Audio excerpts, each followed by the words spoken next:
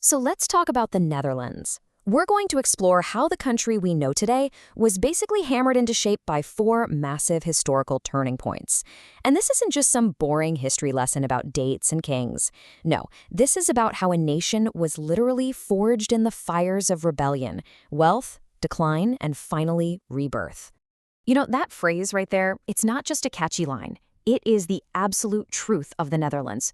We're talking about a country that isn't some geographical accident. It's the result of centuries of struggle, not just against the sea, but against massive empires. It was built, both literally and figuratively, by pure human will, by innovation, and by a really stubborn refusal to ever bow down. Okay, so here's how we're going to break it down. We'll start with a bunch of rebellious provinces and see how they became a global superpower. Then we'll dig into the inevitable decline and the revolutionary chaos that followed. And finally, we'll see how the modern Kingdom of the Netherlands rose from the ashes of that old republic. All right, so our story kicks off back in the 16th century. You've got these Dutch provinces, and they're stuck in the grip of the most powerful man in the world at the time, the King of Spain. And this wasn't just some small political spat. It was a deep, fundamental clash of worldviews. It all really boiled down to two completely opposite ways of seeing the world. On one side, you've got King Philip II. He believed in absolute top-down power and zero religious tolerance. But on the other side, well, the Dutch provinces just had a different DNA. Think about it. Their survival had always depended on local communities working together to manage the water. That created this deep-seated belief in autonomy, in self-governance, and a kind of pragmatic tolerance that you just need when you're a society built on trade. So when Philip tried to stamp out Protestantism and force his will on them, they saw it as a direct attack on their entire way of life. And that led to this absolutely seismic moment in 1581. This document, the Plakkaat van Verlachtingen, was basically an ideological earthquake. We're talking more than 150 years before the American Declaration of Independence. The Dutch were formally saying that a ruler's right to rule comes from his duty to his people, and if he fails, well, he can be fired.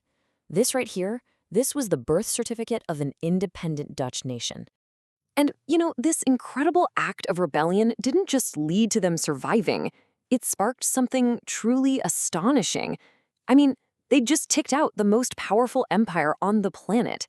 And this tiny, brand new republic didn't just hang on. It absolutely exploded onto the world stage in what we now call the Dutch Golden Age.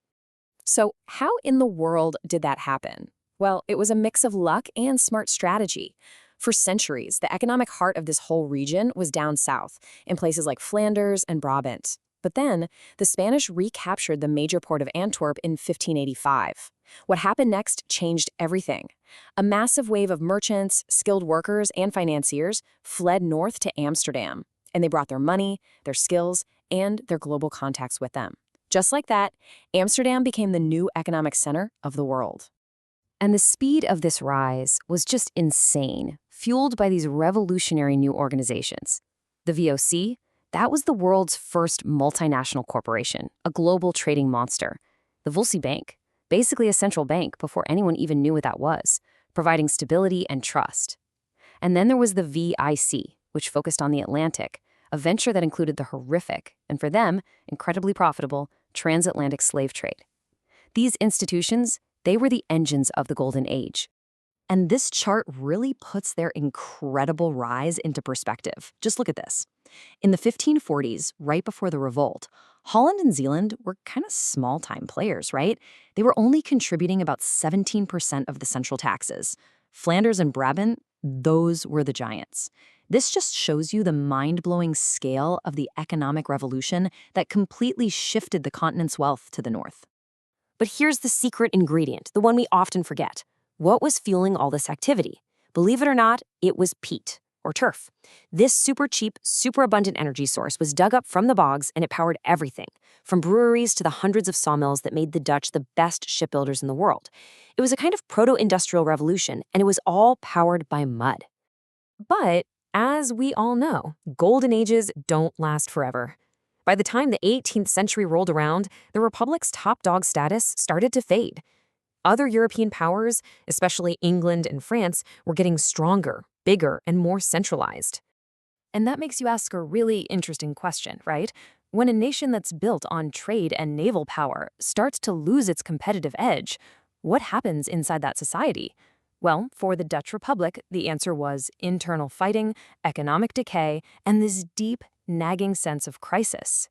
Yeah, this quote from the writer James Boswell in 1764, it just paints such a stark picture.